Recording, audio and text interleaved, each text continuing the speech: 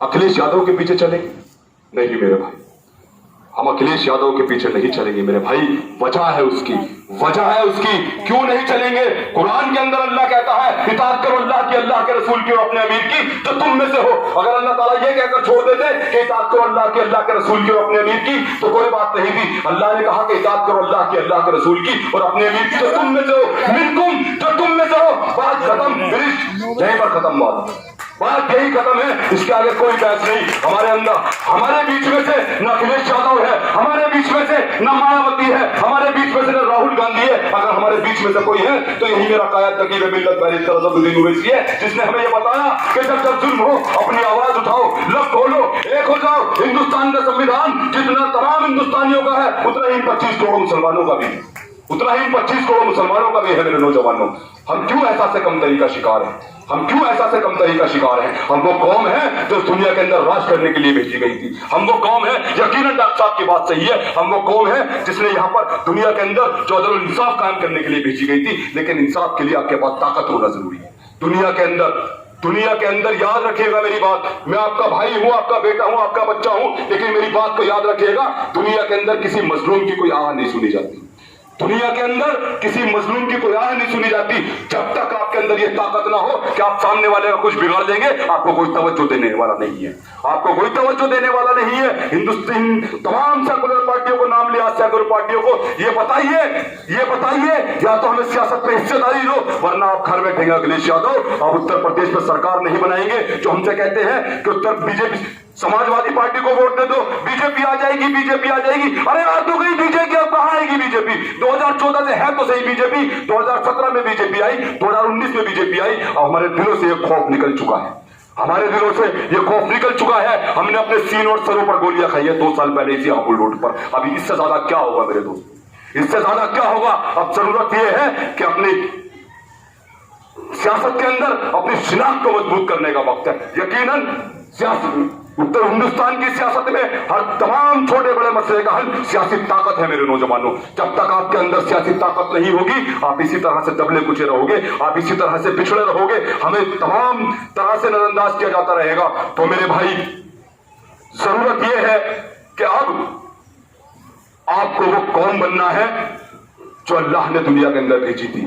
हमारे पास ऐसी ऐसी नजीरें हैं, हम मुसलमान हैं, हम उस आका की उम्मत हैं जिसका हर कदम, जिसकी हर अल्फाज, जिसकी हर अदा हमारे लिए अपनी जिंदगी संवारने का सबब है। हम उस आका की उम्मत हैं। मेरे आका ने सियासत की, मेरे आका ने मस्जिद नबी में बैठकर सियासी फैसले किए, और हम अपने घरों में बैठकर ये उम्मीद करते हैं कि अखिलेश यादव हम बचा लेंगे। नहीं मेरे भाई, मैदान में आना होगा। और मैदान में आने का मतलब ये नहीं है, हम आपको ये नहीं कह रहे कि आप लाठी उठाइए, हम आपको ये नहीं कह रहे आपके पत्थर उठाइए, हम आपसे ये नहीं कह रहे कि आप लाठी कोई हथियार उठाइए। हम आपसे सिर्फ और सिर्फ इतना कह रहे हैं कि अपने वोट का सही इस्तेमाल कीजिए। लोकतंत्र के अंदर वोट से बड़े हथियार कुछ नहीं है, वोट से बड़ा हथियार कुछ नहीं है मेरे भाइयों।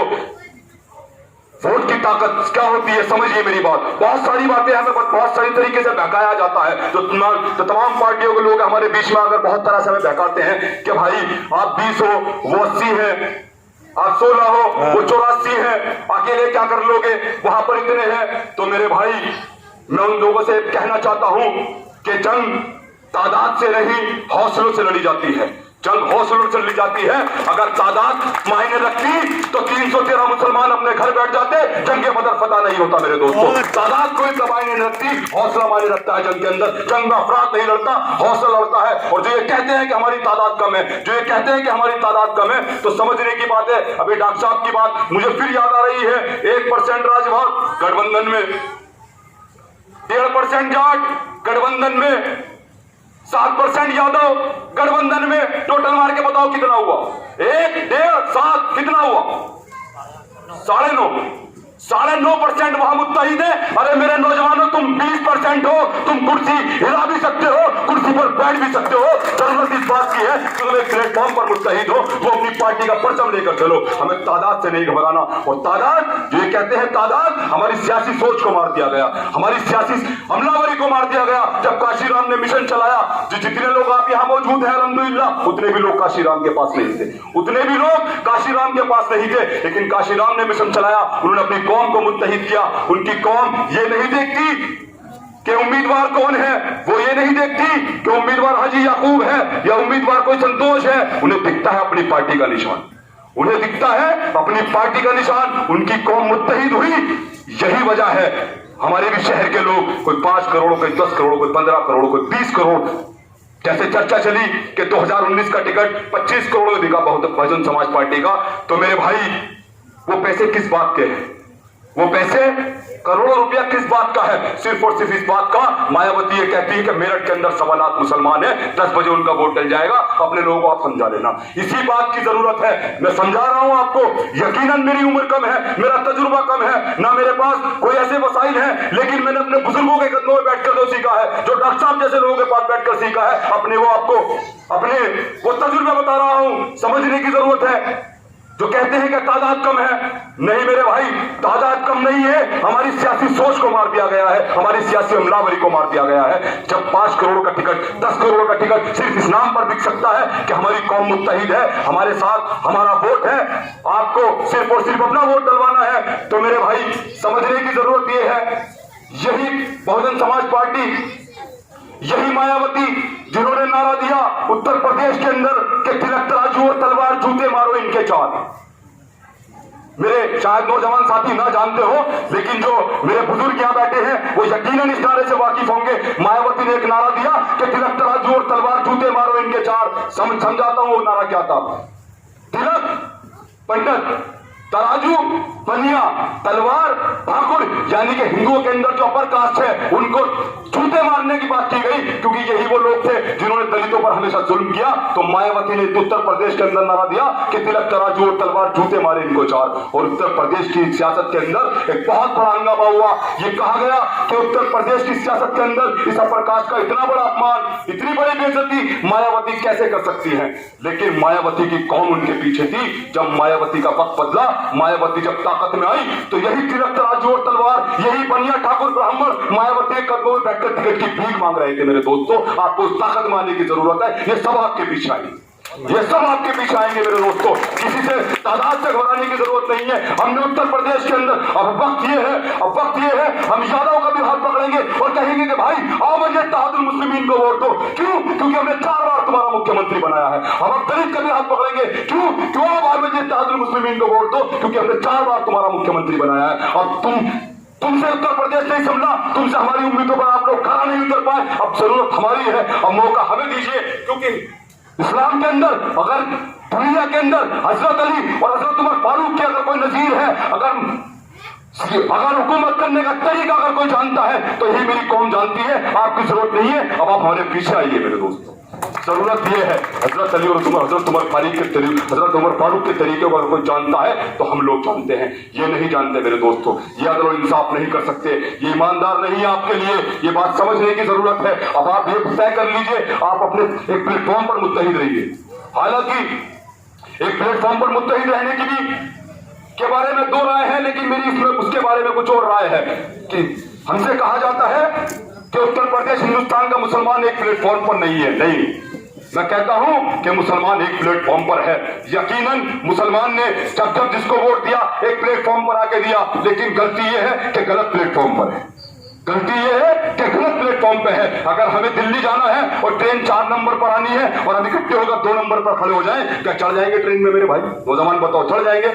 नहीं चढ़ेंगे। सही प्लेटफॉर्म पकड़ने की जरूरत है, सही झंडा पकड़ने की जरूरत है, सही कायद को चुनने की जरूरत है, सही नेता को चुनने की जरूरत है। जिस दिन आप ये काम कर गए तो आप यकीन जानिएगा आपके हालात बहुत बेहतर हो जाएंगे। हम सियासत में वो काम कर सकते हैं। सुनिए, बात शायद लंबी हो जाएगी, क्योंकि अभी यहाँ पर मेरे हाजी नौशाद साहब को बोलना है। अगर दुनिया के अंदर सियासत करना कोई जानता है तो मेरे दोस्तों हम हैं।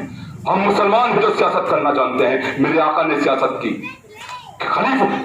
जो खलीफा हुए हैं उन्होंने सियासत की। दुनिया के अंदर अगर कोई सियासत करना जानता है और उसका सबूत, हालांकि हम आपस में एक दूसरे को सबूत नहीं दे सकते, लेकिन दुनिया को बताने के लिए सबूत यह है कि एक अंग्रेज राइटर, उसने एक किताब लिखी द 100। मेरे नौजवानों गूगल करना, उसने एक किताब लिखी द 100। उसने उस किताब के अंदर दुनिया की उन 100 बेहतरीन सियासी शख्सियतों का जिक्र किया जिनके कारनामों से दुनिया बदली, जिन्होंने सियासत से दुनिया को बदला।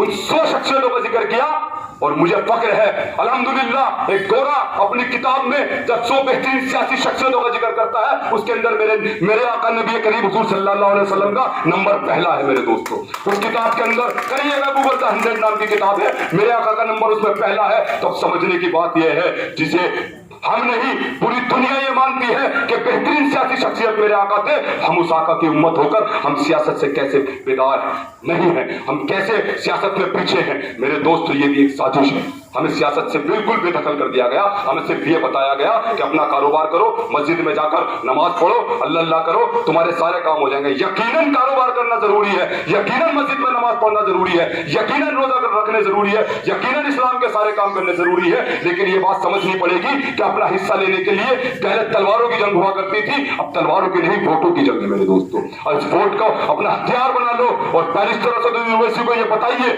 मैं जितनी देर से आपसे गुफ्तगू कर रहा हूं उन सब बातों का मकसद ये है, हमारा यहां आने का जो मेन मकसद है वो ये है कि 18 तारीख को यानी कि कल का दिन छोड़कर परसों 18 तारीख को भापुर रोड पर बिजली बम्बा बाईपास पर मेरे कायद नकीब मिल्लत बैरिस्टर असदुद्दीन ओवैसी तशरीफ ला रहे हैं।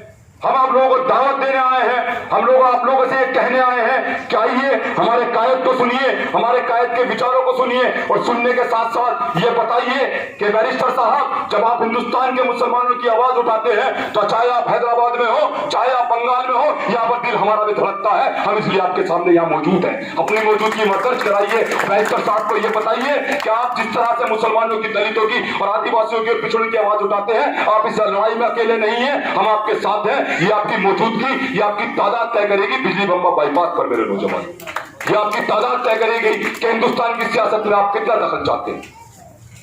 मेरे ख्याल से वक्त ज्यादा है, मुझे इशारा भी हो रहा है। मैं एक बार फिर आपसे अपील करता हूं कि 18 तारीख को वहां पहुंचिए और अपनी तादाद से तय करिए कि हिंदुस्तान की सियासत में अब बदलाव बनने जाना है।